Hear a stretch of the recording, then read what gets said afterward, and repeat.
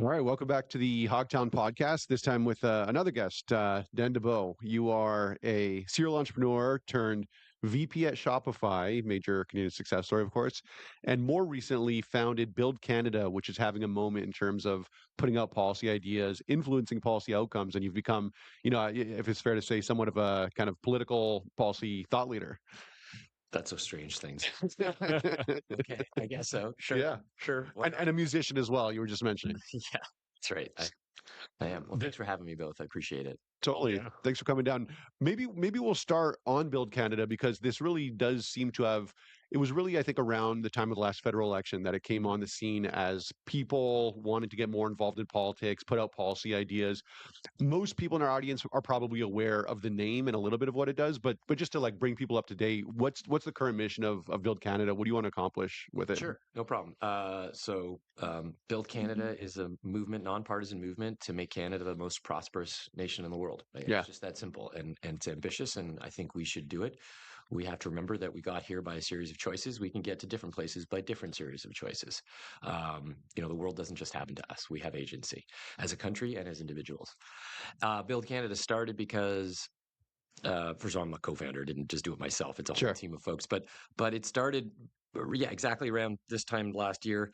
And everybody I knew, whether it was my childhood friends or people I knew in business or people I knew from technology, they were all just bitching and complaining all the time, Yeah. heavily in like chat groups. And while I get that like venting makes us feel better a little bit, it doesn't really make things better. Yeah. And I am a serial entrepreneur. I've been part of founding a number of companies, investing in companies, and I just have a strong bias to action. So I had left Shopify just about a year ago, and I thought, well, we can do something better than this. And so the whole effort was really just an experiment. Like, what can we do that's productive, positive, constructive?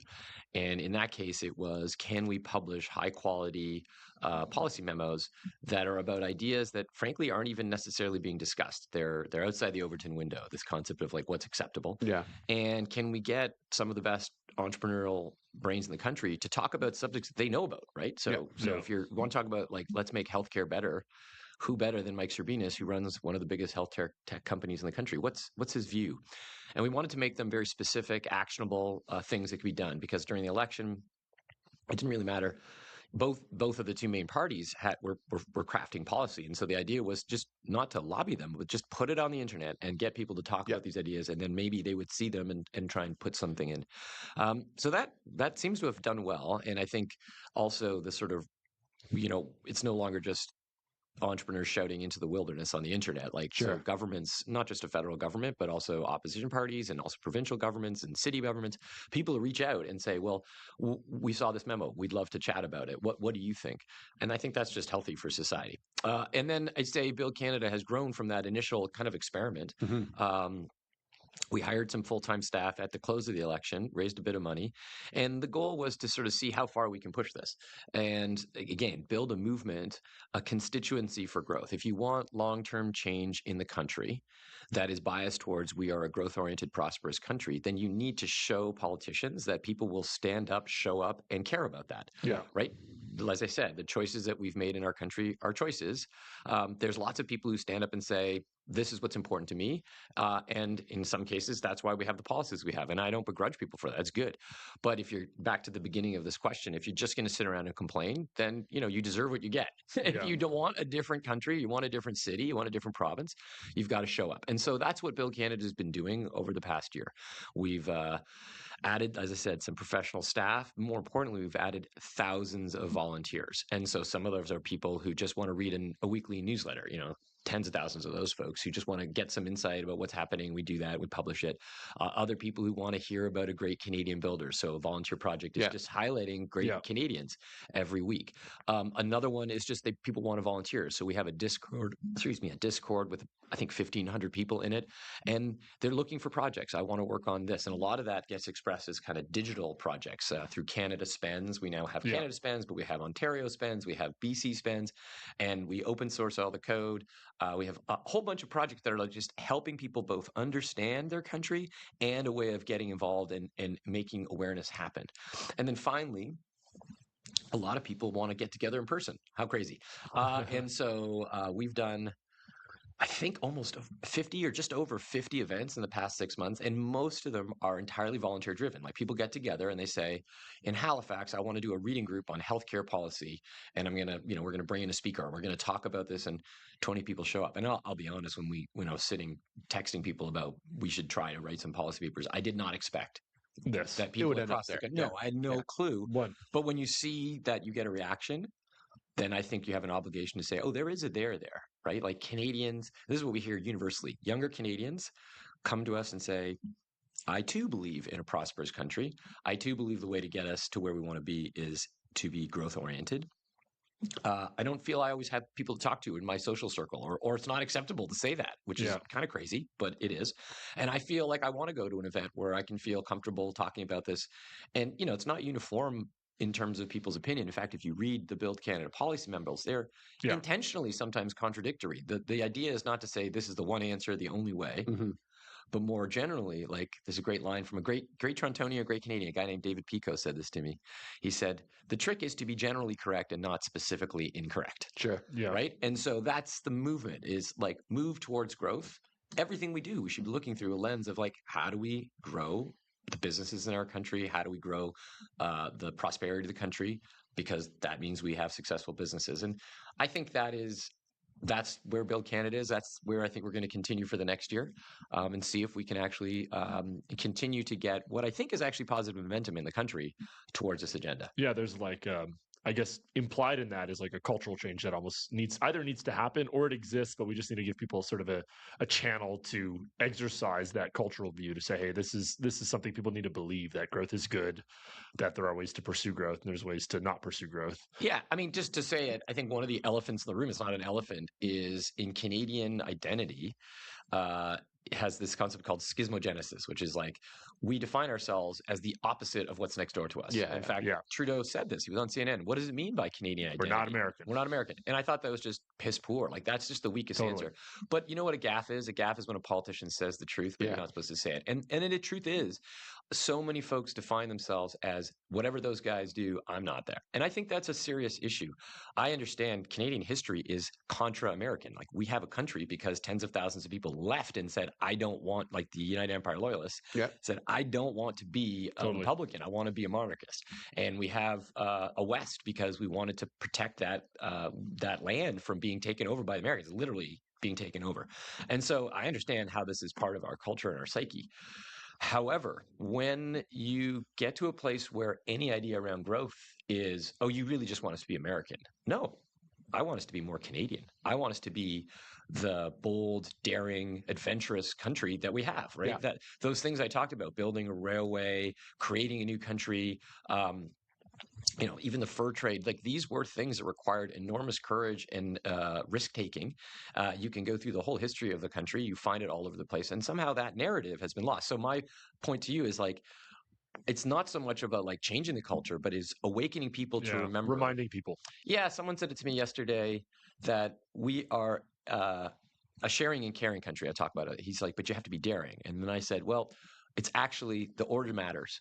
We have to be a daring country so that we can be sharing and caring. Yeah. If you want and you believe in Canada that takes care of the less advantaged, that has public healthcare, has public education in some form, and is there, takes care of each other, that has to come, at least in part, from a highly productive economic. You need to afford it. You got to be able to afford it. You cannot borrow money or print money forever. That catches up. That's like a roadrunner moment, you can run outside the cliff. At some point, gravity takes hold. And I think the irony of all this is like, as we're seeing now, this idea of being like contra-American, when in reality, such a massive part of our economy just ebbs and flows with the American economy. And now we're seeing the consequences of like when they decide they want to decouple themselves in any way, we don't have anything to stand on because like we're so tightly tied in, right? So yeah, well, I wouldn't say we have nothing to stand on, but I think we have put ourselves in a spot where we are vulnerable to their power exercise. And so, I don't know, the basic game theory is you have to acquire your own power, which means, again, where are the sources of power? Yes, there is like emotional and cultural power, but I think you're high on your own supply if you think that the rest of the world is like desperately clamoring for like, well, we just want to be like the Canadians. Like objectively, that is not true. Okay. And even if it were, it's not the most powerful thing, right? And so you have, what are the other sources of power? There's military power, which we have allowed To atrophy. intentionally Yeah. to atrophy. And so, if you can talk about sovereignty and wanting to be sovereign, like the very most basic part of sovereignty is you can defend your territory. And Canada's a very large country. Your boats can float. Your boats can float. You can defend against incursions across your borders by aircraft or other. And so you have to have a strong military to be a real sovereign nation. And if you want people to take you seriously, then that is required. And then the other one is you have to be economically vibrant. You have to be a dynamic nation that produces the things that the rest of the world wants. And that includes, of course, commodities, oil, gas, timber, and things that we create. And that is a good business. Like that's what we've done. But it also has to be higher value added goods. So that's higher manufacturing, heavily products that involve intellectual property. And again, but here people will be like, oh, we should just have American megacorps. I'm like, no, how about Dutch megacorps? Like, how about ING? How about KLM? How about ASML? ASML is a great one, right? Yeah. I mean, I was with someone who, I won't name names, was at an event and they were lauding that one of the inventors of Ozempic, essentially drugs, is from Toronto, Right. and maybe gonna win a Nobel Prize. Like, this is amazing. Yeah. They're great. I'm like, but not a Canadian product. Yeah, but the GDP of Denmark went up because of Ozempic, because they have AstraZeneca, they have Novartis. Sorry, they have Novartis. We don't. We don't have a huge export-oriented drug company. Yeah. And at some point, you start asking the questions like, why? And more importantly, if you care about being a sovereign nation, you must have power. If you don't like being pushed around by the Americans, well, you get pushed around because you have no, in negotiation theory, alternative negotiation. Yeah. Where you're much more powerful. And again, I think that our current government, it seems to be getting this in some ways, and they are definitely trying to diversify at least defense spending with the Europeans, trying to eke this out. But we should be honest, as Canadians, this is going to take, this is a project. This is going to take And it's decades. hard to tweak your way to this new way of operating, right? I think that's part of the challenge is like this incrementalist approach. I mean, the positive signals, I'll say even superficially, your brand has been adopted by the federal government. You see Build Canada Homes, you see Build Canada Strong, so this idea, and you see it in policy names. It's a productive theme. It's a productive theme that we're going to build, baby build, whatever, however you want to frame it. Yes. So I think that's narrative-wise, both parties. Even provincially, like Doug Ford's 2 campaigns ago was Build Ontario. That was the theme. Yeah. Well, first is I can't say that we we don't own the term Build Canada. I think the Liberals were actually using it, which was fine. And then to your point, I'm like, great. Let the meme spread. Let people ask when they propose a new rule, a new policy, a new thing. Okay, cool. How does this help build our country? Yeah. Now, like everything, if you water down the words build to be like everything is building, everyone's a builder, then nobody is, right? Yeah. I think that is important. It doesn't have to be like, purely exclusive, but I think people should be asking that question. Hey, how does this new policy make us grow faster? Yeah. And also, what does that mean, right? So I agree with you. I think there's another part. It's not just the government saying it. I think, people out there are using their pocketbooks. Canadians are buying more Canadian products. Yeah. But of course, I would always say like, oh, you mean that if you want a stronger Canada, you want Canadian jobs, we should buy from Canadian companies. What does that mean? It means that when Canadian companies sell more things, because that's what buying from them does, that's good for the country. Okay, great. Well, that's the point. Then if you want Canada to be stronger, you need Canadian companies to sell more goods and services to Canadians and to the rest of the world. And to be competitive with alternatives. Right. Yeah. So we can't obfuscate. Like I find that maddening so much of the conversation about, growth or GDP. Either GDP is an invalid measure, and you can critique it for sure. And specifically GDP per capita. Of course you can. But it is highly correlated with lots of the things that we would generally think on a much broader lens of prosperity, right? Education, healthcare, these are correlated. Our ability to do these things. Yeah, especially for lower income populations, right? So past a certain point, that average changes, but for lower income places and lower income, and we should be recognized that lots of parts of Canada are low income. So GDP increments will massively change people's quality of life. Okay, well, how does it come? Government spending is one part of GDP. We know how to do that. A huge amount of our economy is government spending. There's a limit. It's the Roadrunner problem we talked about earlier. The other part is buy Canadian. Canadian goods and services sold by Canadian companies is what drives GDP. So we can't kind of have an illusion. It is literally, we've got to figure out how to sell more stuff. And that selling more stuff helps us all grow. If you reach out because you want to buy a Canadian product in the grocery store, you want to buy a Canadian barbecue instead of a German one. Okay, well, you get that intuitively. And so we have to now then translate that intuitive understanding. It's not just a policy level understanding into choices that make the country grow faster. Yeah. On this question of growth and economic power, how much do you correlate a growing population with economic power? Like this idea that to be more important geopolitically, you need some weight, you need some heft. Because I see us pivoting in many ways around this idea of growth and building, except for in this one domain where the pivot is kind of like against growing, and maybe it's because it was overshot over the last 2 years. I think that's it entirely. Like I would generally agree that population growth is a thing that helps you grow your economy and also helps you generate economic wealth, because it's not just, and then there's two parts of that. One is organic growth. Like people need to have babies. Yeah. Okay. Totally. And people have to need to have babies because they see a future for themselves, because they're hopeful, because it's a sign of optimism, because they think that they can afford a house one day, that they can have a good quality of life for that kid. And I think you have to be deluding yourself if you don't see a decline in birth rate as somehow at least connected to affordability, to housing, to safe streets. Like people feel anxious and nervous. They don't want to invest in the future. So you need that. Yeah. And then separately, you need ultra high quality immigration that comes to the country. Can immigrants bring vibrancy? My mom was an immigrant, like I think lots of people understand that. And honestly, it's a real shame. I don't think we're too far gone, but it's a real shame. We kind of messed this up. Yeah. We had something extremely exceptional, broad-based support of immigration, broad-based understanding of the value that it brings at reasonably high levels by any global level. Standard, But for whatever reason, it was like not enough. And so we changed from essentially skills and economic lens to different lenses, to compassionate grounds, other lenses. And from permanent to temporary, which I don't fully understand, but yes. And I think also, I think business people also should take some heat for this too, right? Totally. So business people should take heat, because Tim Hortons is getting dragged through the mud on this all the time, right? I mean, they lined up and said, we need these folks, right? Okay, cool. So that's fair. I mean, everybody was in the mess. I think even again, I'm not a pure expert, but I've heard lots of strong opinions that like provincial underfunding of education, the second order effect was great. Where do we go find the money? Tuition rates, and now where do we go find the money for this? Let's go find it from there. Totally. And it's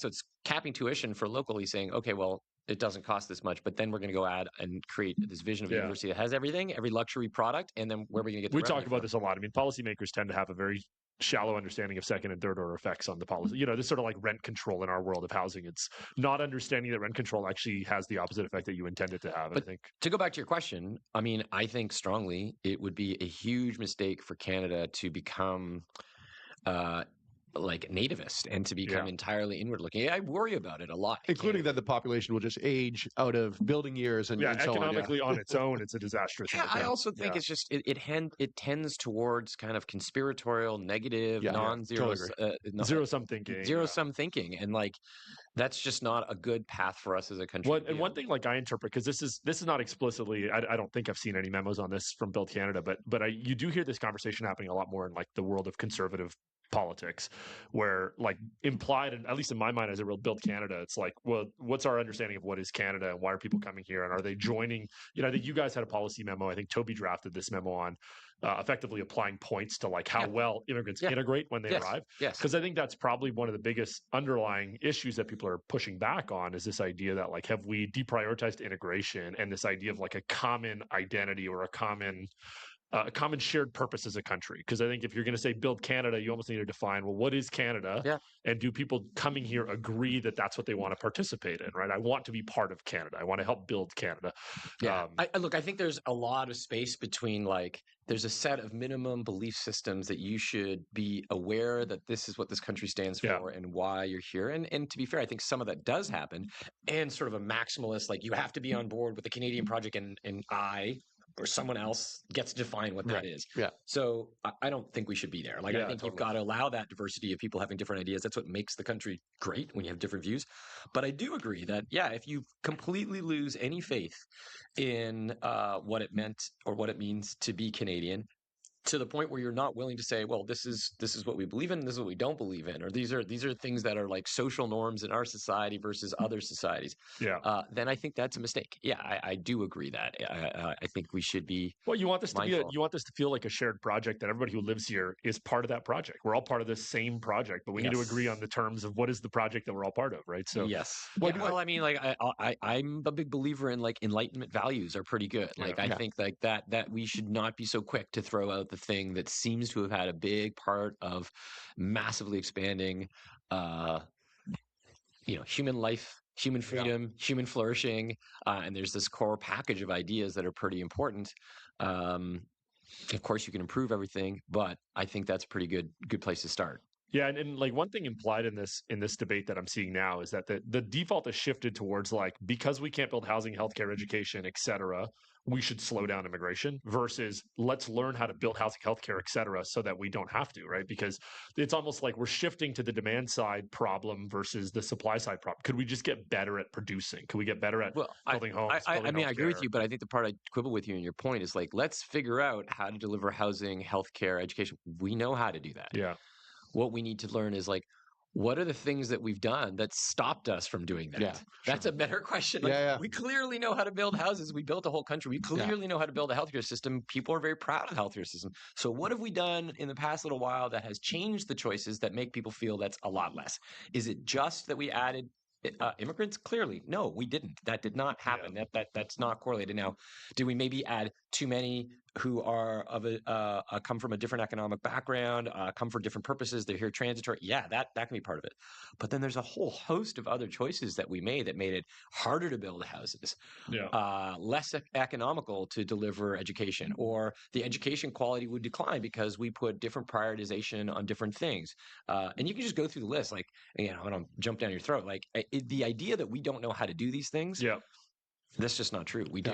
When I think about the reasons why we're not building more housing, more companies, more infrastructure, like if you distill it down, in my mind, it's we tax too much, we regulate too much. Is that like a fair kind of like shared understanding across like all these domains in which we need to build, or how do you think about that? Like and the reason I ask is because that feels you kind of like right of center coded, and maybe you guys don't want to be right of center coded, or how does that factor into like the underlying constraints on building Canada? I have no problem being right of center coded or left of center coded. Like, as I said, you're going to not find a homogenous viewpoint. Like one of the things I was hoping to bring out a lot, if people actually read the stuff, is that there's no uniformity of point of view necessarily amongst successful entrepreneurs. There's a diversity of thought, which is good. Yeah. Now, if I were like on the far left, I'd be like, yes, but you all inherently believe in capitalism. Yeah, we do. We do. Or at least that group does. And okay, you don't, fine, no problem. But so I think there's lots of different ideas. So I have no problem with sort of whatever coding people would want to put. To your question, I think it's more, but it is definitely that. I think it's more than regulation, though. I think regulation is seen as sort of like we allow regulation, and our desire for consensus and our desire for consultation. Consensus is a strong desire. Yeah. I'm gonna just pick an example. Housing is a great one, where the desire for consensus means we do enormous amounts of consultation. Yeah. Consultation then becomes weaponized, intently or not, as the desire of people who don't want something to happen. Yeah. Then say, oh, no, what I really want is more consultation. Yeah. I want more. Like, we all know the game. Like, that is really what people are not really saying generally. Sometimes they are, but oftentimes they're not saying, I want to consult. Yeah. They're saying, I want to drag this out until this developer runs out of capital or loses interest or goes into things. I want to drag this out until this mine can't get built, right? Like that. And okay, fine. You have opposition. But the point I would get is that like again, it all comes down to prioritization. If you value that importance of the process of consensus building, and therefore stakeholder meetings and consensus and consultation so much that nothing gets done, then effectively what you're choosing is we shouldn't do things. Yeah. And so I think like people will say taxation. Yes, that is an issue. We are taxing people. I know the sort of startup entrepreneurial world, and that is like a real thing. It's a real issue. And it's gotten worse as the closest place where you're going to go, which is the United States, has made it even more attractive to start a company there with QSRB. Like they've increased the tax treatment. So you can't just ignore that. But I don't think that's the only answer. I think regulation, once they get imposed, and it's important to also understand regulators could have dual mandates. So let's go back to our drug example. Yeah. If you're at Health Canada, you could have a mandate that says protect Canadians and their safety through safe drugs, and I'm not quoting this exactly right, and grow the native, the sovereign healthcare capacity of Canadian drug companies. Right. So then you have a conversation where it's like, oh, we should regulate, drug release even more strictly than the Americans, or even more strictly than other places, because the most and only thing that we care about is the safety of safety, maximum safety. But wait a minute, to your point about second order effects, if you guys regulate so much that it's not economical to build a drug company here, or certainly to build a global giant drug company, then we are going to never have our own sovereign drug companies. And all the intellectual property that gets built per the, it's Novartis, I think. Okay, That's okay. Then that gets built somewhere else. Yeah. And so while it always sounds like, great, of course they should only care about safety, but there are effects of saying, what people are told is important is what they will go do. Yeah. And so you could change and say, well, actually, you have a dual mandate. Grow our own industry, and you could do that across the board. I mean, we see this with our securities regulators. Imperfect, but, protect consumers and retail investors, promote the formation of capital markets, I think they do it poorly in many cases. But a dual mandate can be done. So regulation is there, but it's also how we regulate it, what we tell people are important. And then the third thing I'm saying is, it's our desire for consensus, and I'd say it's also a desire that nobody should be upset. Now that translates into like a real emotional feeling, like we don't want people to feel we've run roughshod, and we want to be respectful of their feelings. That's a deeply Canadian thing. It's good, but like anything can become dysfunctional. Stops us from doing things. I think that becomes an issue where you're like, oh, well, we've basically said anyone who's on the no side of any thing gets this ability to sort of drag it out forever, and we're seeing this all over the show. I mean, this is the active debate right now with this pipeline discussion in Alberta, right? It's like, are we going to build it, or are we going to consult our way to poison pills that never allow us to build it? Right? And again, full disclosure, I am not an expert on Indigenous law or these things, but from folks I've spoken to, it is the adoption, in particular, of the United Nations Rights of Indigenous People that says there's a right for full, I think it's free, prior, and informed consent, and so. Free, prior, and informed consultation, right? Or something like that. So then the question is, does that mean that you have a veto? Yeah. And so, you read the words, it doesn't mean that there's a veto. It means you have to be consulted, right? Free, prior, consulted. But in effect, that does turn into a veto because the way we implement it in Canada, at least. I can tell you direct quote I've heard from someone who was like a very senior person at, let's just call it like an energy company. And they said, hey, I went into a meeting with Indigenous stakeholders. And the first question was, do you believe that the right of consultation gives us a veto? If you don't believe that we have a veto, then the consultation's over. We're not consulting with you. Right. And if you now have an obligation to consult, then you can't do anything until you concede that, hey, this actually is giving a veto. Again, that's one anecdote. This is one situation. I don't want to generalize it. But it's headline news these days, but right? it is a specific example of a more generalized issue. If you're asking what I think is part of the challenge is, you have to be willing to have some people who are upset. You have to be willing to make any decision. Yeah. And it's like, don't get me wrong. It's not like I'm saying we should go around and piss people off intentionally. But if you think that you can make the quick, bold changes to change our country, as you said, not incrementally, without pissing some people off, you're not going to succeed. Not going to happen. But go back to the Build Canada thing. Well, how can you give politicians at the city, municipal, federal level the courage to piss some people off? Build a constituency. Precisely. You show them, like, actually, you're going to make a lot of people happy. There are people who are in favor of you, building a great drug industry or building pipelines or unlocking zoning rules for like fire escapes and elevators so we can build more flexibly in the city. Like a lot of these things come down to like very specific rule sets, right? Yeah. Well, and let alone, I think like all of this to me just stitches together to like people want to be excited by vision.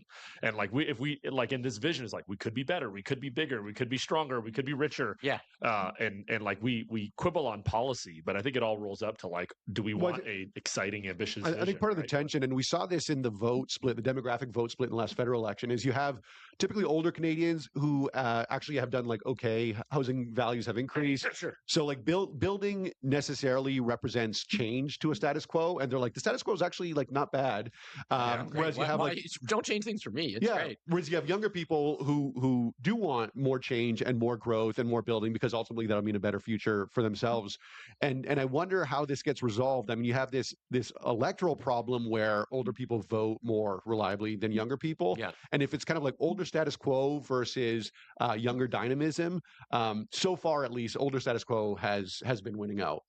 Yes, it has. I think it's Thomas Kuhn wrote a book called The Theory of Scientific Revolutions, and he basically says like it's where, if you've heard the one funeral at a time, the concept of the paradigm shift, like paradigms in science change, and he sort of has this throwaway line, but people love it. I love it. It's like, the paradigm shifts when all the old people die. That's right. And the idea science advances one funeral at a time. Sorry, you said it exactly. One funeral at a time.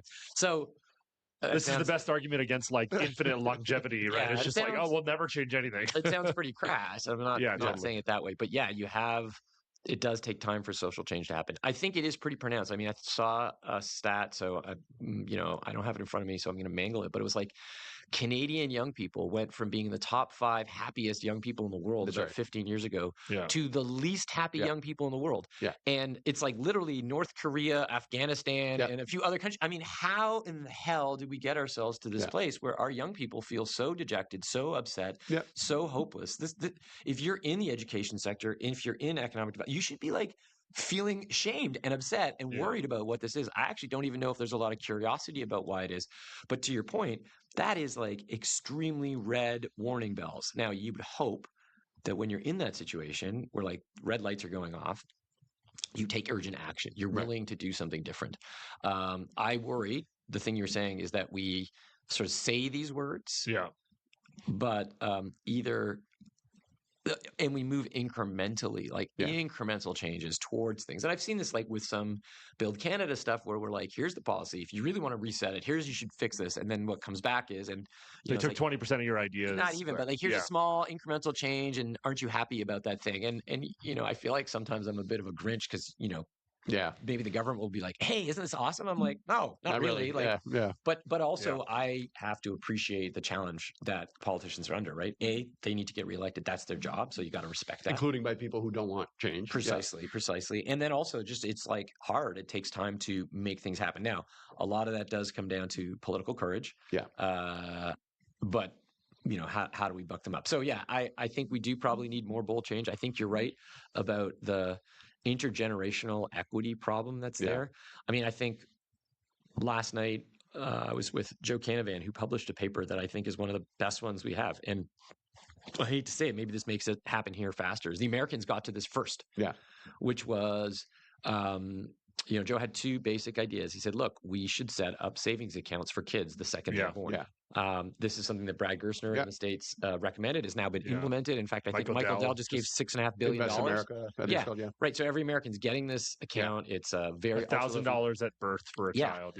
And they're going to understand that the power of compounding works. Now, Joe said we should do the same thing. We should do $10,000. In fact, for every Canadian citizen, every kid, and we should put more money in. We should allow their friends, family, and others to put money in. We can find other levels of government can top it up. But the idea is to give young Canadians a direct financial stake in the country and start them on a nest egg. And then, Joe's idea, which I think is great, is to include financial literacy and include understanding of investing so that like people have a sense of where this could go. But then at different points, whether 18, 21, 25, 30, that you have access to those funds to do the things that will help you build a future. Down payment on a house, starting a new business, education. And it's a really powerful statement that we're investing in you. But there's a second part, and goes to your point. When I was talking with Joe about this idea, I was like, Joe, this is great, but how are you going to pay for it? Right? Like, you can't just keep saying more goodies, right? And so, what did we propose? What did Joe propose? Sorry, it's not we. You should be careful. Build Canada. These are people's policies. That's not right. Ours. But he proposed. He said, look. Old age security, more generally like benefits programs, is the number one thing the federal government spends money on. Like if you take a look, and if you look at if Canada spends, you'll see, like I learned about, I'm like, oh my gosh, that's a huge number. It's a huge number. That's what we spend. And growing at like a crazy rate. Right. And so he suggested we should take this money to fund young people from old age security, right? And who? Well, first, the retirement age was 65 when we instituted this like 50 years ago, but people obviously are living longer, working longer, so move it to 67. Yeah. That's something that Harper suggested and like was pilloried for. Well, he did, and it was reversed by it's Trudeau. reversed. It was reversed, exactly. And then that's your pillory. Yeah. And then second was to means test it, right? Because we mean test. Yeah, you get access to it at a pretty high income level. It's up until 155, I think it is. But we means test child benefits, right? Yeah. Much more aggressively than we means test seniors benefits. And so, look, mom and dad are not going to be happy at me for saying this, but they do not need to get those benefits, right? So you come back to this electoral problem, though. It's like, how do you get those people to vote for that, right?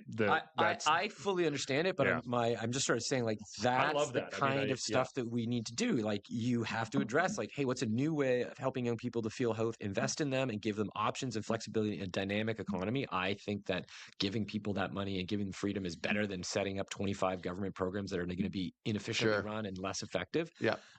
And we have to figure out a way to be reasonable about the deal. You talked about like what Canadian society, what the project is. Like, I think it's incredibly important that we remember there's a deal inherent in the society. When you have flexibility. I mean, this didn't exist 300 years ago. There's no deal. You were like, a feudal. You worked and then you were a serf in the Lord, maybe 600, 700 years ago, whatever the right timing is, in the Middle Ages. But like, there was no deal, but there's a deal now, right? And especially for our most educated and affluent citizens who can leave and leave at like very high alarming rates where we educate.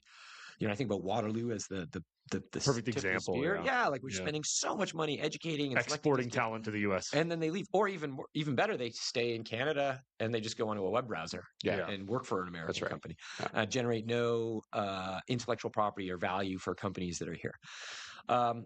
Okay, so you got to find a way to get yourself out of that trap. Like and one thing that I think often gets missed in these discussions, it's the same thing with housing. Like sometimes people talk about it, but how to translate it into policy. Old people versus young people is like a convenient way to frame it. But at the end of the day, like most older Canadians have kids and grandkids. And so like if you frame it around like, well, you got this OAS money, but like, don't you want your grandkids to be set up for success? Like there is a generational connection inherently because we have kids, we have grandkids.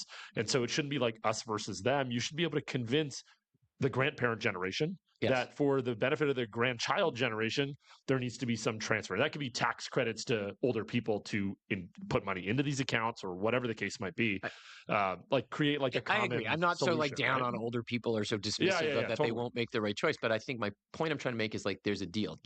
David Stein, who was my co-founder, started companies with him.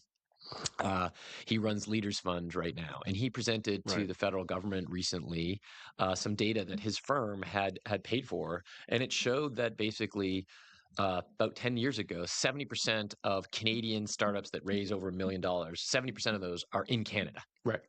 And the rest were the States and Europe. And right now, it's down to 30%. Right. So this massive drop of Canadians starting scale companies, raising money, but they're not doing it here. Yeah.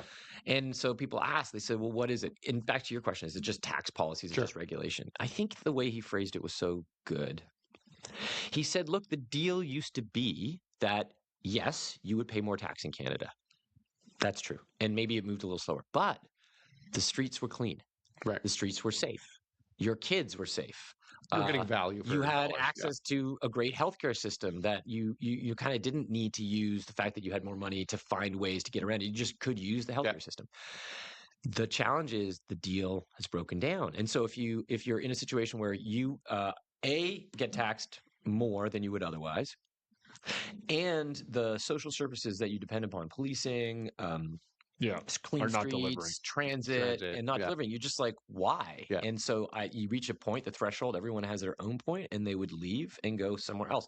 And so this is what I'm trying to say is like, everybody understands this deal. And I think the folks that you're talking about that, like, how come we can't convince them? I think you can get people to understand there's a collective project. But to your point, you can't be afraid to say it's a collective project. You can't say, oh, you're all on your own. There's no such thing as being Canadian. Everybody makes their own little thing, and good luck to you.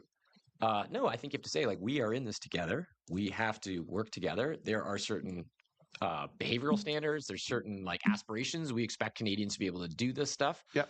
And of course, you can have compassion. If you can't, you shouldn't. But if you can work, if you should, you should be working, right? Yeah, like totally. we need to have standards of what we want. And also, I think we underestimate the bully pulpit. Yeah. Someone asked me the other day about like incentive structures. Again, everyone wants to talk about tax. I think social structures matter a lot too, right? So, because in addition to like the deal change where like the streets aren't clean and education's not there, healthcare's not there, the taxes have gone up. And then on top of it, you find yourself as a builder. And I'm talking about a guy who owns a car dealership. I'm talking about a woman who's built a cleaning service for people. Yeah. I'm not just talking about like tech bros, okay? Yeah. But if you find that those people they're the cause.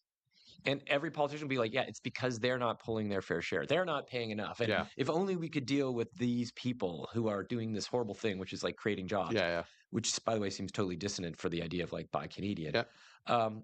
Then you're going to have people say, well, I guess that's not what being a good Canadian is. That's not what I should do. Go ask a bunch of high schoolers and say, how many Canadian entrepreneurs can you name? Go look at the Order of Canada. Ask how many people who succeed in business and build great companies win the Order of Canada just for that.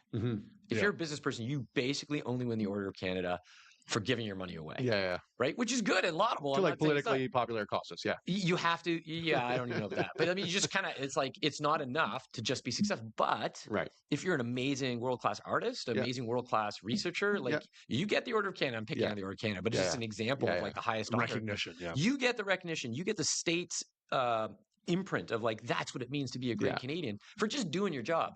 That will not happen to someone who built an amazing brake factory. Like they're not doing that's right. I do think like this term entrepreneur, like in this context, often gets like associated just like tech bros and building software companies. But what you do see in the US is like you see a lot more people that have made it to like pretty good levels of success. They're not becoming billionaires, but they'll make like 10, 20, $50 million, to your point. That's owning dry cleaners. No, but you know what I mean by like the standards of like, Silicon Valley or whatever. Right. But like I own 7 dry cleaners. I own a whole bunch of chain restaurants. I own those a local landscaping too. business. But and again, the deal was keep your mouth shut. Don't walk around. Don't be proud of it. Don't be proud of it. Be part of your community.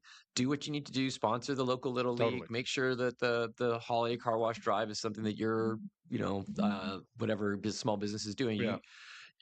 Fine, cool. But something shifted, I think, where it's like, actually, you're the problem. And so maybe I'm being overly sensitive. Like, again, I don't worry about myself. I'm fine. I'm doing okay. And forecast is good. I worry about young people. That's what we're talking about. You want the country to be thriving. Like, we need to inspire the millions of kids out there, at least some of them who have an entrepreneurial urge, that you are a great Canadian. You are doing something amazing for our country. If you go take a risk and you go try and build a business that employs other Canadians, that's like super important.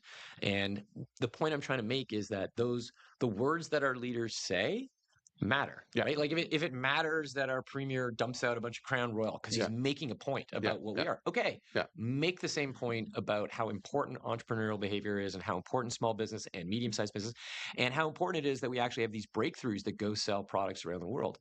Because you can't say we want higher GDP growth, we want more GDP growth without connecting it to that means Canadian companies selling more shit. Like it's just that simple, right? No, I think you need ultimately someone making the case, which I think is really the value of Build Canada. The analogy I draw is within housing development, you have kind of like the NIMBY movement of people who oppose development, and often again like older homeowners who have a status quo bias. But then recently, over the last 5 years, say you've had the YIMBY movement, typically younger people who want more housing built, and just YIMBYs making the case has brought more NIMBYs over to YIMBY because you're not now just kind of knee-jerk reflexing to your self-interest, but you're understanding the broader like system impacts of your opposition. And I think this applies across all these things. I'm a musician, you mentioned earlier, and I used to rehearse on this street called Geary Avenue in Toronto. And I've been going there for 20 years. And it's a street that's gone from being like literally rated like the ugliest street in the city. I think it's still pretty ugly, but like it's so beautiful because what's happening there is like a real city thing. And basically, long story short, through some great friends of mine who are entrepreneurs and city builders, we've built a pretty unique kind of property development company where we acquire and then fix up and move in tenants of the people who are what I consider to be like the glue of any great city: creators, musicians, artists, designers, people in video production, like all the people who are just doing creative stuff out there. We try to find those folks as our tenants and we try to make them happen. In order to do this, obviously, we have to raise money. It's not all our own money. what I'm trying to tell you is there are actually tons of folks who have lots of money who understand that. They're like, I want to invest because I want the city to be great and I want the city to be good. So you're right about bringing people over is a really important thing. I don't like, I hate class warfare, and I don't think generational warfare is the greatest thing totally. either. I think you guys are both pretty hopeful, which is good. Of like, if you can make the case in the right way, it's your grandkids. Like, I think that's important. I think, but I think you're right. Like, I think if your life is going great, you've got a home that you depend upon. You hope to sell that home one day. It's going to fund your retirement. You've done well. You can't even really understand what young people are going through right now. They seem fine. What's wrong? They buy too much avocado toast and whatever. They seem to be on their phones all the time. Every time the kids come over, all I do is like they're on their phone looking at their TikTok. What am I supposed to do? So we can get past that. We can get past that. And I think, but we're articulating some of the things. You have to move past incrementalism. You have to say the thing. You have to be able to articulate what the issue is, and you have to be able to then be willing to have, move with some haste. Yeah. And that means this value that we've somehow created is the most important thing, which is consultation and everyone's on the same page. That's not the most important thing if nothing happens because of that. I'm actually really, one of the things that like worth calling out that like we do a lot of like complaining on the podcast, but like one of the things that's sort of like a reason for optimism, not to make this overly partisan, because we're pretty like publicly not liberal partisans, but if you look at the Liberal Party over the last year, where it was a year ago or maybe 2 years ago and where it is today, there has been a mindset shift that is like really, really quantifiable to be able to say that like the same people that voted for Justin Trudeau in the last election voted for Mark Carney in the most recent election, where the narratives could almost be not any more different from each other. Yeah. To me, like strong leadership, and I won't credit him until we see, long-term track record, but the theory that somebody with a new narrative can come in and change hearts and minds is being proven out in Ottawa right now, right? Oh, yeah. The same, and that doesn't mean it translates to results. It doesn't mean that he's going to do everything that he promised, but like the narrative changed and people are like, oh, I'm willing to move over to that narrative. I used to be on this narrative. Now I'm willing to go to that narrative because this guy seems trustworthy. Yes. I think that's really powerful to remind our political leaders that like, if you're just courageous enough to change the narrative, the polls might say people think this, but when you start saying this, they might actually follow you and agree with you, right? And like shift over with you. It seems like people follow the polls a little bit too much, but well, they're just not. They're worried about offending someone. Again, same thing. Yeah. Like, so I used to hire. Well, to your point, I saw a government minister yesterday giving a speech, and they said words like just on the one hand, I'd be cynical and say like, oh, these are just words. Nothing's happening. But words they wouldn't have said 2 years ago. But words they would never have said. And so a great political pollster, a mentor of mine, a guy named Marty Goldfarb, had this great line. He said, language is the precursor to thought. Mm-hmm. Yeah. He was a marketer. He was an amazing marketer. And he actually was Pierre Trudeau's pollster. And it's a really powerful thing, which is if you start using different language, then that makes people think differently. And so you're right. I was very pleased to see government leaders, government ministers standing up and saying things like entrepreneurialism is key. We have to build. We have to be, the most important thing I heard this minister say was, we are going to mess things up. Things are going to go wrong. It doesn't matter. We still have to go forward. And this is really powerful, right? Because in that whole consensus building thing of like giving people who want nothing to change of a weapon or a tool, one of those is something could go wrong. Yeah. And by the way, conceding that it probably will. The media compounds that because it's like, gotcha. See, you tried this thing and it failed. Ha ha. Everyone likes to remember that Tesla is this huge success. People forget Tesla got $800 million in loans, which they paid back with interest. But there was another company at the same time that also got loans. All that money went to nothing. Yeah. Okay, so did the government screw up royally, or did they figure out that when you were investing? I mean, here's give you another example. We just invested. The government announced that they're going to be supporting 4 quantum companies in Canada. Yeah, that's So people go crazy. How do we know about this stuff? Well, first of all, there's 11 companies selected by the DND in the United States of like quantum, like who could be in the running, and 4 of those are Canadian. So like, this wasn't even a Canadian selection. I mean, it's terrible, but it's sometimes we chose from their list. Americans told us it's good, so therefore it must be good, right? Yeah. But here's the thing, and I hope the government says this. I can promise you, out of those 4, 2, maybe 3 will fail, will not get there. And like the money will go to zero. Yeah. That's okay. That's what it means to make a risky investment in an early stage area. If you don't think investing in quantum, and I am, full disclosure, I'm an investor in one of those companies, and Quantum is risky. Early stage frontier science tech is investing is very, very risky, right? Yeah. You can't just look and Yeah. say, oh my God, OpenAI is controlling the world. Well, you got to remember Elon Musk wrote $100 million check for that thing when it was just an idea. Yeah. Right around the time that we, Canada, was like, realized AI was a thing, our answer was to invest in government institutes, in institutes, the Vector Institute, Supercluster stuff. Even separate, like the AI strategy. And like, you could say that was good, that did keep a lot of researchers here. But like, we could have just said, we're going to put $100 million into building it. Like if we think AGI is coming, we're going to invest it, because that is what they did. Now, the point I'm trying to make is I was so excited to hear a government leader say, we're investing and we know something could go wrong. Yeah. So you're exactly right. We got to get away from this crazy gotcha world where it's like, yeah, you tried something, it's screwed up, because that's the scariest thing I heard. And I've heard lots of things from people who kind of call me and have all these like, hey, since you're the one who gets on a podcast, you should tell people this. I kept hearing about like government officials who were like ambitious. And I thought that meant like they wanted to get stuff done. Right. No, it's the opposite. If you are a government, like a civil servant, and you are ambitious, that is code for you will take no risks. Right. Because the way for you to get promoted in the bureaucracy, not screw anything up. Not screw anything up. Do not create noise. Do not create a media sensation for your minister. Issues management. Where they have to apologize for your decision. God forbid that you should apologize for trying something and it didn't work. Right. And so we're in this crazy world where like, the incentive is ambition means do nothing. Yeah. Okay. Well, that's clearly you're not going to get anything done that way. So back to your point, those civil servants, the population hears our leaders using words that articulate acceptance of risk, understanding that we're in a different situation, that we have to try things, that we might have to go faster with less consensus all the time. But that is how we will figure out how to get towards the future. That is optimistic. Could you say it could go better, faster, quicker? Yeah, of course. I'm pretty impatient. But look, I think going into the years, that's a good sign. I think it's a good sign. The concern I have, and tell me if you share this, is we've heard that, I think, improved rhetoric provincially going back to 2018. I think when Doug Ford got elected, I went to all the early consultations on we're going to revamp our land use planning system and all these things, and we're going to build. And I mentioned the second campaign theme was Build Ontario. Yep. And like what I've noticed is the equilibrium is like speak good words and then do nothing. And you get to accomplish like satisfying the people who want you to speak good words and build, but also not disrupt the people who don't want disruption. And, I think it's too early to tell whether the federal government's going in that same pattern, but that's my sense of like pessimism, or at least like it's not, not nearly sufficient. What do you think about that? I'm worried about the Charlie Brown Lucy effect too. That's right. Remember, here, hold the football. That's right. I promise you, I won't pull the football away this time, and then you go kick it, and it's gone. Yeah. So I have lots of photos, me and Prime Minister Trudeau, because he was talking about tech and he was going to do stuff. Yeah. It was going to be a big deal. I remember those task forces. The Elevate Tech Fest where he interviewed Toby and all that. Nothing really changed, because the fundamental thing was the things we're talking about. It has to be entrepreneurial. You have to get the tax policy right. You have to get the words right. You have to create the environment. And it was like, no, more of a, we'll just fund more stuff. And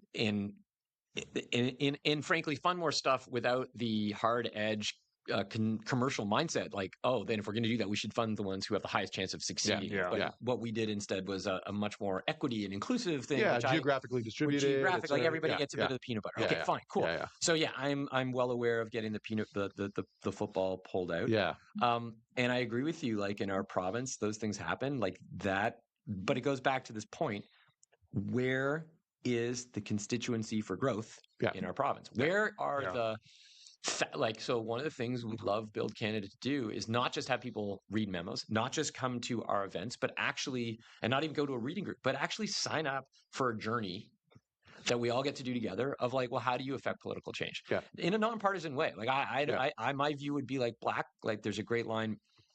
I think it was Deng Xiaoping was asked about using capitalism in a communist country, and his answer was black cat, white cat, don't care as long as it kills rats. That's right. So, red party, blue party, don't care as long as you drive growth. So, but what those politicians need to see is that there are literally thousands of people who are educated and motivated. And like, if you were saying the words, but you don't actually enact, they'll hold you accountable. Track it. And what does that mean? It means like, I'm literally going to go campaign and knock on doors for your opponent in the key swing ridings that are going to matter. I am empowered to organize myself and my friends to go do this thing. It's not going to be Build Canada telling you to do it. It's just having politically aware citizens, typically younger ones, who like have the tools to know that they can do stuff. And by the way, like if you want people to not feel hopeless, you have to give them hope. And you can't just use words. You have to teach people what to do. Okay, here's how you can make change happen. Go do it. And not everyone's going to do that, but I think people will. Enough people that you can get change to happen. I think that's been that's the thesis. That's the hypothesis of what we're trying to achieve. Look, politicians are always going to just say shit to you. Like, you have to be satisfy this concern, but like, not really. Yeah, absolutely. And I also think like there are just different theories of economic growth that come from different places, right? I think I'm not sure that. I don't know as much about provincial politics and the mindsets of our premier and the folks around him. Be candid with you, I just don't. Yeah, I see it as like the pessimistic case, which is not the one we should assume, is like the province got there first on saying we need to turn this ship around, from McGuinty Wynne to Ford, and then like didn't turn the ship around. Right. So we'll see. You answered one of the questions I had, which is why the events? You're doing a lot of events across university campuses, college campuses. Is it like to ultimately create this network of people who are plugged in so that without any like central direction, they're at least adopting this mindset, this orientation and tracking, and they could go like independently take action. Yeah. Okay. Yeah. Like I think one of the pathologies of a lot of like kind of not-for-profit do-gooder organizations is that their goal is to keep the organization alive forever. Yeah. I keep trying to kill Build Canada. Should we really keep going? Make it I'm not sure. Yeah, I want to make it like the mission will be accomplished when you don't need it because people just do it themselves. That's how Canadians see themselves. To your point about identity, and it's part of the common deal. And people just go off and do this stuff. You don't. You don't need, like this was not what on my bingo card for what I wanted to do in 2025. But I do think back to the beginning, you should have a bias to action if you're concerned. So that is why I think. Well, there's a part before that. Sure, it's just fun to get together with people. Right? Like find like-minded people. Fun to find like-minded people. And I will tell you, I hear on a regular basis. I was at an event last night, and young people will say like, "I can't really talk about this stuff with my friends." Because they think I'm like a crazy like right-wing person. And you're not. It's okay. You're safe. Right. Like, and so creating that sense that you are part of something and you're not alone in wanting to change things. You're not alone in a desire to be positive and constructive. Like it's very easy when you're in a friend group will just like, this place sucks. We're all leaving. It sucks. It's the world's against us. It's bullshit, which is, by the way, super dangerous for society, right? Because young, disaffected people, primarily young men who have like no prospects, no hope. Like we know where that movie goes. It gets unproductive. This is very quickly worse than unproductive. It's just like society destroying, and we just do not need that or want that. So you've got to create physical places where people can get together. I think that's one. The second is like people look around the room and they're emboldened. We had an event with 450 people in Calgary, and the feedback was, oh my gosh. I mean, in Calgary, they know where they stand, I think. But people were emboldened that others felt the same way. And so that, I think, is part of why the events are happening. People want to get together. They want the social environment. Third, there's usually like an actual educational context, right? The event, one of the events that happens a lot is these reading groups. And again, there's just no way. If you had told me that young Canadians would get together for like deep public policy discussion reading groups, I was like, that's not happening. Right. So, but it did. And it is. And so they want something. They want that sense of agency, even if they have a sense that I can do something. Now, we have to, it's our job as Build Canada people and the volunteers even to say, okay, how do we harness that energy and now turn it into making engaged citizens who, whether it's a digital project that they set up at their campus, whether it's like, I don't like the zoning rules in my town because it makes it harder for a development to go up that'll going to make housing for me. So I don't have to leave this town. I'm going to go. I know how to go do the deputation or go do that. Or you have people who are like, there's a by-election and the person who's running is like super degrowth. They're anti-growth. They don't want to have economic growth. I know how, because I got trained to go door knock for their opponent, and I'm going to go make sure that person doesn't get elected. Or the flip side, this is a really powerful candidate, or even better. The ultimate would be, why don't you do it yourself? Become a candidate. Like trust me, there's a lot of people don't want to do that. Trust me, including myself. My wife is like, have you ever like this is as far as you're allowed to go, right? Yeah. You're definitely Red not line. running. Yeah. But yeah, getting people involved, and not just, by the way, involved as candidates, getting involved as campaign managers, getting involved as political staff in government, like young staff. Like the scary thing about our government is so much of it is run by young staffers. You have no idea how many like 21-year-olds, 25-year-olds are like out there writing extremely impactful and important policy. Okay, well, all those people, I'd love them to all be people who had gone to a Build Canada event, who maybe joined a campus Build Canada chapter, or they got inspired in high school because there's a Build Canada program that some kid wanted to run. I think that'd be awesome, wouldn't it? Yeah, so it increases agency. It lets young people know that they actually can impact their community and country. Totally. And you know, I'm not deluded. Not everyone's going to do this, right? Yeah. But you don't need everybody to do it. 20 or 100. It is this realization at some point that you're like waiting. Generally, I think the mindset with young people is you're waiting for somebody older than you to solve a problem, and you're like, well, you're allowed to solve. Hell the problem. no, yeah, no, right? You're allowed to do it. You can just go do things. Yeah, and so much of what's useful and good in the world happened because people were just pissed off and said, "I'm just going to go do this thing," and I don't need you. Look, Build Canada was an exercise in that. I was sitting around, I was on a beach, and I'm like, this is stupid. We can do something better, and you know, like, well, what if we did this thing? Now, you have to sometimes have the beautiful ignorance of being completely like not involved in a program, like naive when I told people, I was like, we're going to do this public policy. This was just when it was the policy papers. Like I had like very serious, there's a lot of seriousness. People take themselves so seriously. Very serious public policy. People were like, no. You need to pick your 2 issues, and then you need to rally everyone around and get consensus on what those issues are, and then you need to go to politicians and make sure that they get those 2 things done. Yeah. I was like, nah, that's not how the internet works, right? Like, no, I don't know which idea is the one that really gets people excited and riled up. How about we release 40 of them? Sure. And 2 of them get people really excited. Then we're generally in the right direction, not specific. But you can't do that. I'm like, watch us. Like, So, you know, we're going to fail a lot. We're going to make mistakes. Like, we're going to try events. We'll have, I'm sure somebody will come into Build Canada and get involved, and then they're a horrible person and say terrible things and do bad things. Okay, we're going to deal with that. But I would rather be a much more open place that has way less control, to your point. Yeah. Because then you can get to a place where there's just all these individuals acting as individuals, or a small group saying, we want to do something in Halifax. I want to change something in Saskatoon. I don't like the way Yellowknife is running. I think Windsor needs a new, literally, policy for how we run the hockey rink. It doesn't matter. Yeah. The idea that somebody else is going to solve this problem, someone else is going to go do it, and someone else is going to save me, that's the dangerous idea. Yeah. So getting people to understand, like, there is no government coming to rescue you. There's nobody else who's going to make this country better. If you don't like it, you have a choice. You can leave. Yeah. Right? Or you can do something. Yeah. Yeah. Right. Well, you must have like some obviously filtering mechanism for what gets published. Like as a minimum, like, you know, if it's degrowth, that doesn't fit what we're trying to do. If it's growth, it does. Is there more than that? Like, I think the simpler the criteria, the more big tent it is. So is it just this idea of economic growth? No, it's a great question. So we do have a filter because we can't publish everything. It does take some effort, even though we use AI. And that was the other one, which is like the whole premise was we could write these way faster if we used AI in the workflow. You do the research. Yeah. Again, people are like, you can't do that. Like, yes, you can. Watch.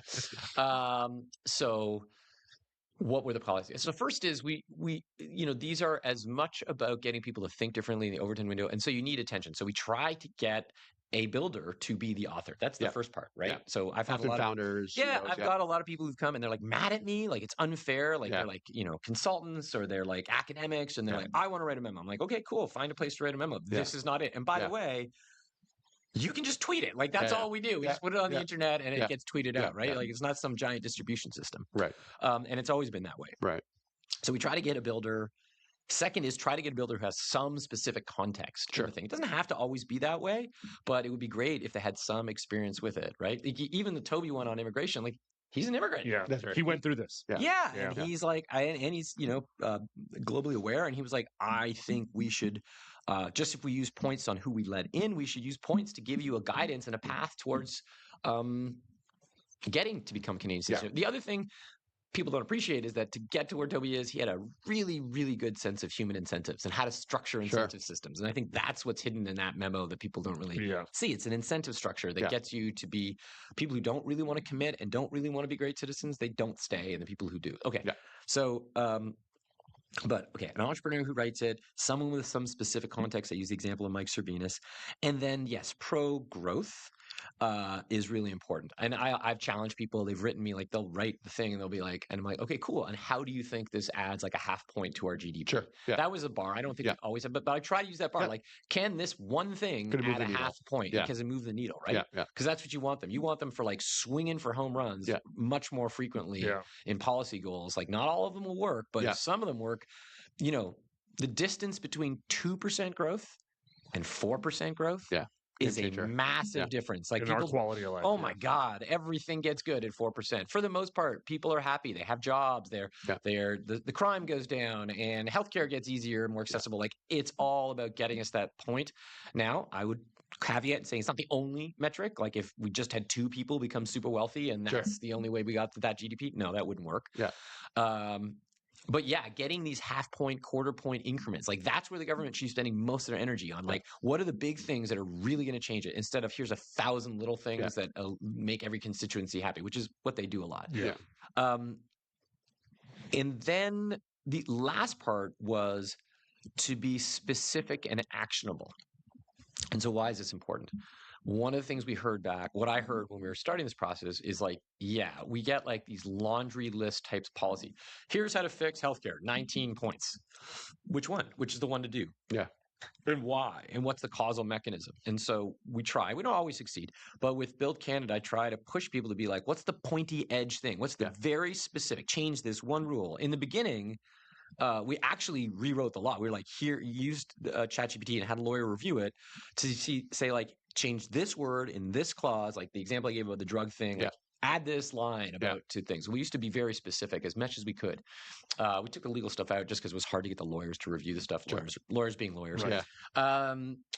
But yeah, so a founder, growth-oriented, some specific knowledge, and specific and actionable. Like, here's the one thing you should do. I'll give you another example. Like Mike Serbinis published this healthcare one, and people are like, well, why didn't you talk about this in healthcare? I'm like, you could talk about a dozen, 25 things. But here's this one thing that he had specific knowledge that if we change this, it would lower costs in our healthcare system and make people have a better healthcare experience. Like, why are we not doing that? Because if you have a million things, there's an excuse to not do it. If there's one thing, you're like, okay, well, do that one thing. Well, we see this all the time. These like task force reports of recommendations to government, and they cherry pick the 5 they like, they ignore the other 40, and they say, "Hey, we got to that report." And if you have too many points in your report, the government has the opportunity to pick the ones that don't matter all that much because they'll say, "Oh, we did 30% of it." But and then the other ones on these things are trying to be don't add incremental spending. Right. Trying to be don't just subsidize like some people want that and I get it, I respect it, and it can't be too heavy-handed, but it's like try to have market-oriented solutions that we can get to. So those are the general themes, but again, the goal is not to have this one unified voice. It's to actually have generally correct, not specifically incorrect, about moving the country towards being more prosperous and more growth oriented. What's I don't want to get into Build Toronto because first we should wrap it up, and second we'll have Eric Lombardi on in the new year. We'll dive into Build Toronto, but that indicates to me that there is an ambition to take on more scopes. Like Build Toronto is a municipal scope versus this federal scope. Like what's coming up in 2026 that's worth highlighting?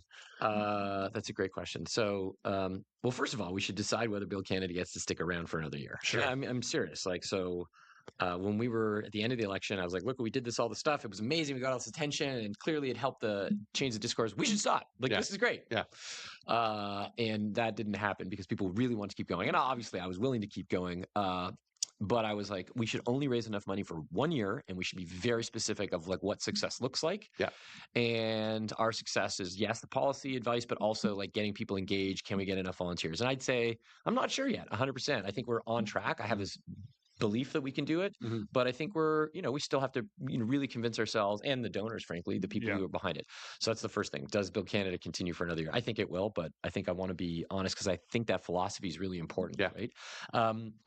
Second thing is, I think we're going to do a lot more of the physical events and then really mature the ability to train people and educate them. So, you'd be surprised because I think you guys are politically engaged. You understand how city works and what a municipal deputation is and the difference between the city manager and the mayor. Most people don't know any of that shit. Totally. They do not know at Yeah. all. And I was, again, this like learning process of Build Canada. I'm like, oh, they're coming to us because they don't know what a budget is and why the budget has to get approved and what a minority government is. So we do a lot of that education. So, so my hope is the next year we do a lot more education about civics, like just basic civic engagement. We do a lot more social engagement. Like people should get together. I keep bugging the team. I'm like, getting together for beers and having a football game is totally fine to get together. Like every Lions do it and the Rotarians do it. There's nothing wrong with getting people together because building social bonds, building community is really important to building that identity that's there. So we'll do more of that. And, hopefully we can build staff that help fulfill that. I hope to be more tangible that we'll have probably 10 to 20 chapters on different university campuses. We've already got a few that are started, and hopefully those few will kind of give us the cookbook, the template of how to do it in more places. I hope we'll do the same thing, not just on campuses, but in cities where you have interest groups. So whether it's entrepreneurs or people in real estate who use Build Canada as like a very loose reason for them to get together. Like, you guys should host a dinner. Like, we're just, hey, we believe in it. I really mean this thing. Like, I don't want Build Canada to be this like centralizing, controlling thing. I want people to be like, no, I'm going to take this idea and go with it. That's why I have no problem with people using the words. They should. Everyone should be like, what's my project to build Canada? And it's going to be different from what those, Toronto folks do. But I want, someone in Northern BC who's in a small town, an Indigenous kid who's like, I want to build my community. This is fine. This belongs to me as much as anybody. So I'd love us to find ways that we can support and find those people and give them tools and resources and connect them. I think the other thing we'll continue to do in the coming year is work with other organizations. So again, I have zero interest in like non-partisan groups sniping about the Public Policy Institute does this and Fraser Institute. I was like, work with everybody. The mission is more important. It is not about Build Canada living fat. Again, success means we were able to shut this thing down. So if that's your goal, the goal is the growth of the country and prosperity, then don't worry about who you have to work with. Work with everybody. So we're going to try and do more of that. And, I think the real thing we'll start seeing is when this hope that we have that, of course, we'll continue to do public policy. We're going to amp up. I think another thing is trying to amp up the narrative storytelling, right? I think we've kind of done a pretty shitty job on TikTok and Insta compared to X. Maybe the team's going to yell at me for this. No, I think you just got to be honest, right? You just got to act a different way. And not everything's perfect, and we're not perfect. We make mistakes, right? And so I feel like we should be doing better there. And in particular, I want to tell stories that get young people excited that our identity, your identity as a Canadian, includes being a daring person, includes being a builder, includes being someone who starts a business or does something different. And that's as much as about being Canadian as it is to be a person who's caring and sharing and compassionate. So because we can match those two identities up, you got a really powerful, that's the nation state you want people to be part of. So we have to do a better job of telling stories around that. I think there's a lot of enthusiasm at all levels, like primary school, education, middle school, senior school, universities. That's a pretty ambitious agenda. That's a lot. But if we can get, they're all sort of part of the same thing, which is you do content, you tell stories, those stories get people to show up and come to an event and connect with other people and realize this is a community that exists in their town. It's this thing that they can do. It's not an exclusive community. I can also be part of my religious community. I can also be part of my campus liberal club if that's what I want to be. Oh, I can also be a conservative. Yeah, you can, because the common denominator is we just want growth in the country and prosperity. And we want everyone who's working for us, every government official, every civil servant to be like, what are you doing to drive growth in addition to this thing? So my hope is by the middle or end of next year, we've got that like those groups of people are showing up, and they're not just coming to our events because we organize it or someone organized it. They're like, oh, there's something wrong in society, in my town, in my province. I am going to go do something about that. And by the way, we might not even know that they went to Build Canada stuff. I don't really care. Just go do the thing. Well, I think one thing that's great, just to wrap it up, I remember complaining often pre-Build Canada and actually pre-last federal election is how much more engaged business leaders were in the U.S. in politics. They are. And you see it like at a degree that's like not even close here, whereas like our politics are dominated by lobbyists, by pollsters, and by think tanks. And even the think tanks don't feel all that fresh. So another thing you did on top of all this good stuff that we talked about is you've given a platform and I think a reason and a little bit of an impetus for business leaders to get involved, and that can only be good. I think this is so two things, because we didn't answer your Build Toronto thing. Build Toronto is exactly that. It's just an experiment. I was like, hey, does this thing work? Can we just do the thing we did with policy papers and just put these policy papers out? I can't say that it necessarily has, although I will say I've seen city councilors asking about ideas that were in Build Toronto memos that they were not asking about before. So I'm like, because they're seeing that there's actually a constituency that will do this. That's really important. So we're going to keep that up. And you should have Eric on, because I think, again, the same type of thinking. We can do so much better as a city. We can build more. We can make this. And, I think it's also a mistake to separate Toronto from Canada. The rest of Canada will be mad at me for saying that. But like, Toronto is a humongous economic engine. So if this place isn't working, if you can't get goods and services around because the traffic is bad, if people don't want to live here because they can't get housing or it's unsafe, that's bad for all of Canada. It's terrible. So we got to apply the same, like the favorite reason for like why we can't do something. Oh, but that's someone else's jurisdiction. I'm like, good. Stop making those excuses. Find a way past it. Particularly the year. I mean, this was also the timing of Build Canada was leading up to the federal election. I think it's helpful that Build Toronto is the year coming up to an election. Yes. And maybe it's temporary, and maybe that's all it needs to do. It set the narrative. It inserted some of these policy ideas into a mayoral debate, and then it sort of moves on, right? Yeah, like people should. I mean, look, and people are getting aggressive. Like this morning, a Build Canada member. Who runs MyoVision, Curtis McBride. And MyoVision is like a world freaking expert in like traffic management. All over the world, they're using these systems to do it. He got so frustrated with the Line 6 issue. He's like, I will do it for free in 2 weeks. Let me just make it faster for you. This is the Finch LRT. Yeah. He's like, why are you going to go consult? And so that's a great example. What are they going to go do? Let's go consult about this. Let's get consensus. And he's like, can we just fix this? I know how to fix it. I'm a Canadian. I care about the country. I will give it to you for free. And of course, people are like, oh, no, there's got to be a secret agenda there. Like, and by the way, he should be open. Yeah, he would like to sell every part of the city so that we all run better. That's and if not it's good, great. I don't know how people think that's a giant gotcha. But of course he cares about that. That's why he started a company 20 years ago. He's been building the thing for years to make traffic run. That's not a reason why you shouldn't listen. That is a reason why you should. Back to your friend, your point about our American cousins who maybe they're not so much cousins anymore. We have a family schism, but we're, careful, right? Because people are like, oh, well, that's what Americans do, therefore we don't do it. That's right. Well, that's crazy. That shouldn't. But to your point about the political engagement, 100%. And I have to give Pierre Poilievre credit for this. He said, stop coming to me with lobbyists. Go show me that people care. And be courageous as a business leader. That's right. Because business leaders do. You can't just complain. Them too. Oh, it's terrible. We're getting pilloried. Okay, well, stand up and say something. But they also line up at the trough for all these programs, all these dollars. This is a pernicious thing too. Like, dude, do not kid yourself. Even in Build Canada, I won't name names. Like, there were a couple papers that were like spicy, let's put it that way, around certain regulatory organizations, and there were CEOs who were like, I totally agree 100% with everything you're writing here. I cannot put my name on it. Because my business depends upon government regulators who like me. Now, you ask yourself as a Canadian, is that what you want? Is that what you want? People don't want to speak up and say what they think should be done to help grow the country because they're terrified by the power of regulators to basically take it away. No, it's worse than capture. The capture would be them being like, I'm willing to play with you and let's go figure this out. That's just control. That's just control, and I think that is not healthy for the state. Now, I'm sure that happens in every jurisdiction. It's a matter of degree, right? But it's pretty bad. And well, listen. The good news is I don't have a job, and people are always like, "This, you're doing this because it's making you rich." I'm like, trust me, the last thing this is doing is helping other things I could do.